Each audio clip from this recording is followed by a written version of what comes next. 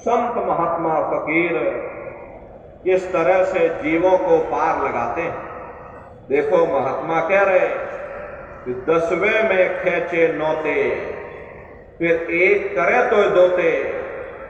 महात्मा हमारे फैले हुए ख्याल को 9 द्वारों से समेट करके 10वें द्वार पर एकाग्र करते हैं। फिर ख्याल को शब्द के 100 साथ जोड़कर मंजिल दर मंजिल, मुकाम दर मुकाम अपने घर वापस पहुंचाते हैं। महात्मा प्रेम से समझाते कि भाई तुम करोड़ों जन्म जन्मांतरों से अलग अलग योनियों में भटकते चले आ रहे।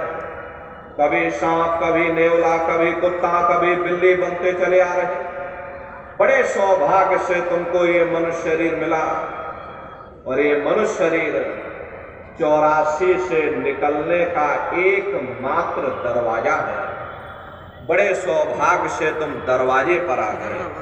अब तुमको क्या करना है? 9 द्वारों को खाली करो और 10वें द्वार पर एकाग्र हो जाओ, क्योंकि जो नाम हमें मुक्ति देता है वह 9 द्वारों में नहीं मिलेगा। इन 9 द्वारों में केवल देवी और देवताओं का ही वास है। ये 9 द्वार कौन कौन से?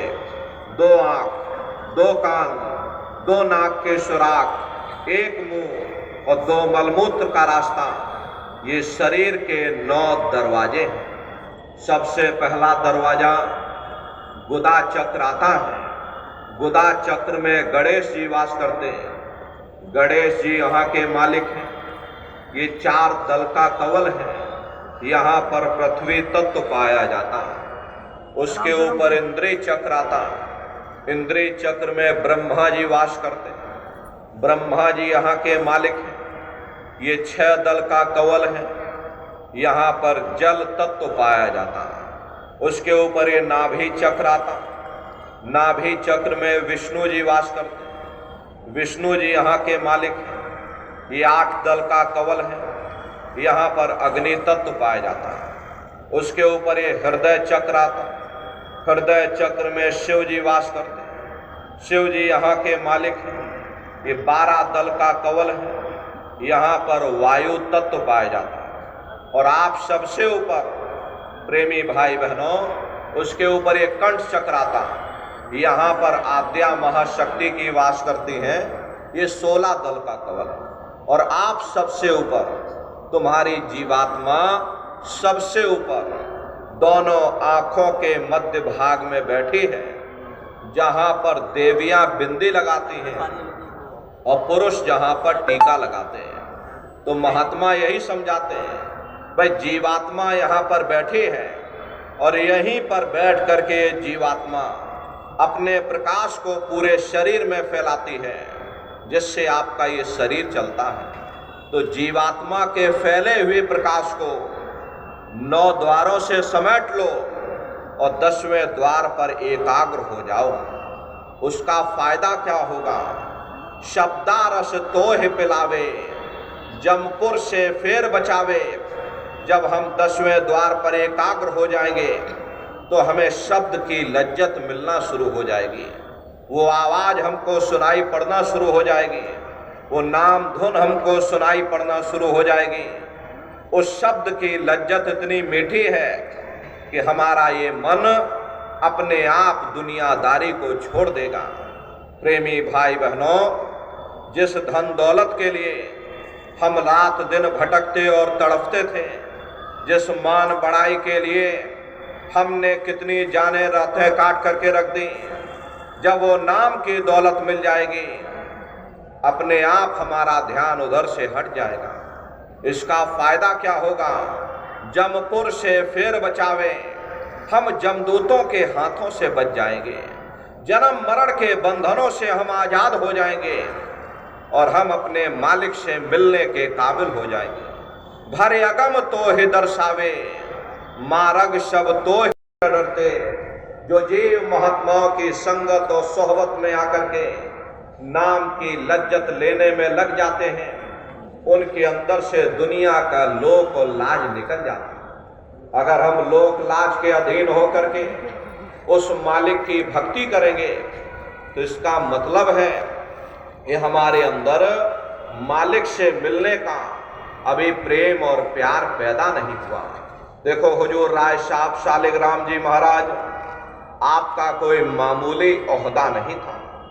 आप उस समय पर प्रेमी भाई बहनों उत्तर प्रदेश के पोस्ट मास्टर जनरल हुआ करते थे। पोस्ट मास्टर जनरल का ओहदा अपने आप में बड़ा रुतबेदार ओहदा हुआ करता था, लेकिन आप अपने गुरु की सेवा में इस कदर से लीन थे कि आप आगरा में ही गुरु महाराज के घर से 2.5 किलोमीटर दूर यमुना नदी से और पानी की गगरी भर करके अपने गुरु जी के स्नान के लिए लाया करते थे। जिस बाजार से आप हो करके गुजरते थे वो बाजार आपकी बिरादरी वालों का था। बिरादरी वालों ने ताने मारने शुरू कर दिए, इतना बड़ा अफसर हो करके इसकी मति को क्या हो गया, यहाँ पड़ा हुआ साधुओं के पीछे दौड़ लगाता। जब आपको इस बात का पता चला तो आपने अपने पैरों में घुंघरू बांध लिए। अरे घुंघरू बांध लिए, इसको भी पता चल जाए। इसको कहते हैं सच्चा प्रेम।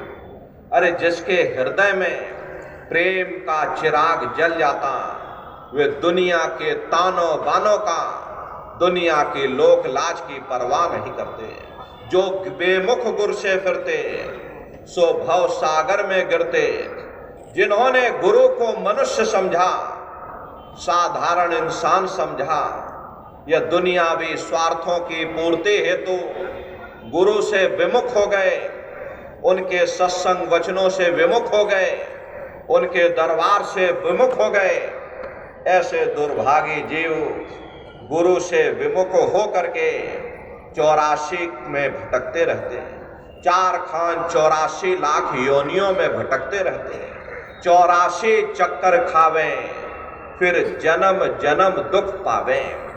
ऐसे दुर्भागे जीव 4 खान 84 लाख योनियों में भटकते रहते हैं, जन्म मरण की असहनीय वेदना को सहते रहते हैं। इसीलिए महात्मा कहते हैं, भाई तुम सोचो अपने मन में, कोई ना ही गुरु सम जग में, तुम विचार करके देख लो। अरे गुरु के बराबर इस दुनिया में कोई सच्चा रहबर नहीं, कोई तुम्हारा सच्चा साथी नहीं है। अरे प्रेमी भाई बहनों, मौत के समय में आदमी मर जाए औरत देखती रहती, औरत चली जाए आदमी मुंह देखता रहता। अरे कौन किसके काम आता, नहीं कोई मौत से डरता, खौफ जम का नहीं भाई।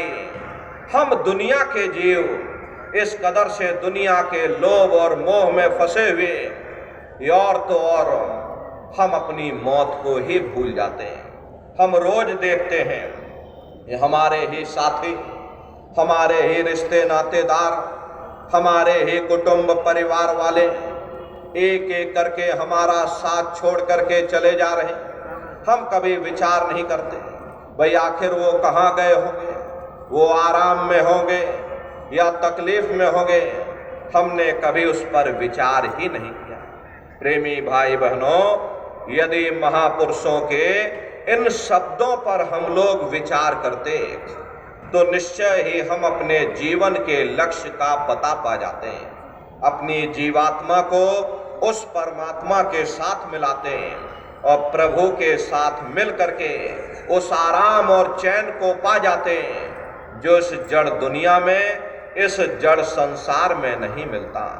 हम आप इस जड़ संसार में सुख और प्रेम की खोज में लगे रहते हैं, परंतु वह सच्चा सुख और सच्चा प्रेम हमारे आपके अंदर है, ना कि बाहर। ये सूरज चांद सितारे, ये जमीन ये आसमान, जिनको हम आप अपनी जड़ आंखों से देख रहे, यदि अंतर की दृष्टि खोल करके देखें तो ऐसे अनगिनत सूरज चांद सितारों के पास पहुंच जावे जहां प्रकाश ही प्रकाश, नूर ही नूर झलकता है। परंतु हम सुख के देश को, सुख के स्थान को और अपने मालिक को ही भूल बैठे। जा घट प्रेम न संचय, सो घट जान मशान, जैसे खाल लोहार की और श्वास लेत बिन प्राण।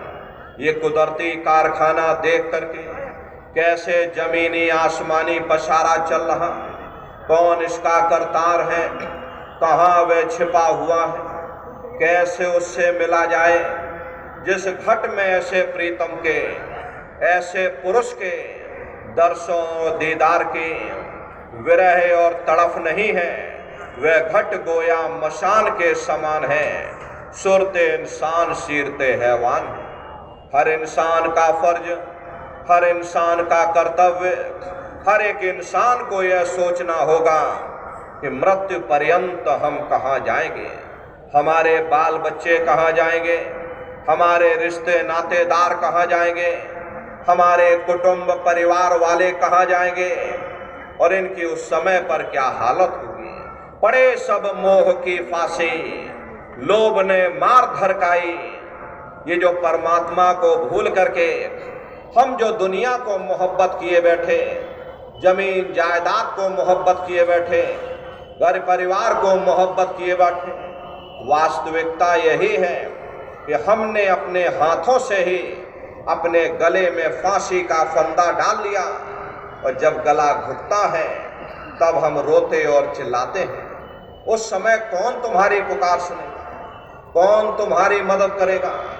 प्रेमी भाई बहनों, ये मोह ममता के कारण हम लोग संसार में दुखी बने रहते हैं। अगर मोह ममता हमारे अंदर से निकल जाए तो कोई भी जीव संसार में दुखी नहीं हो सकता।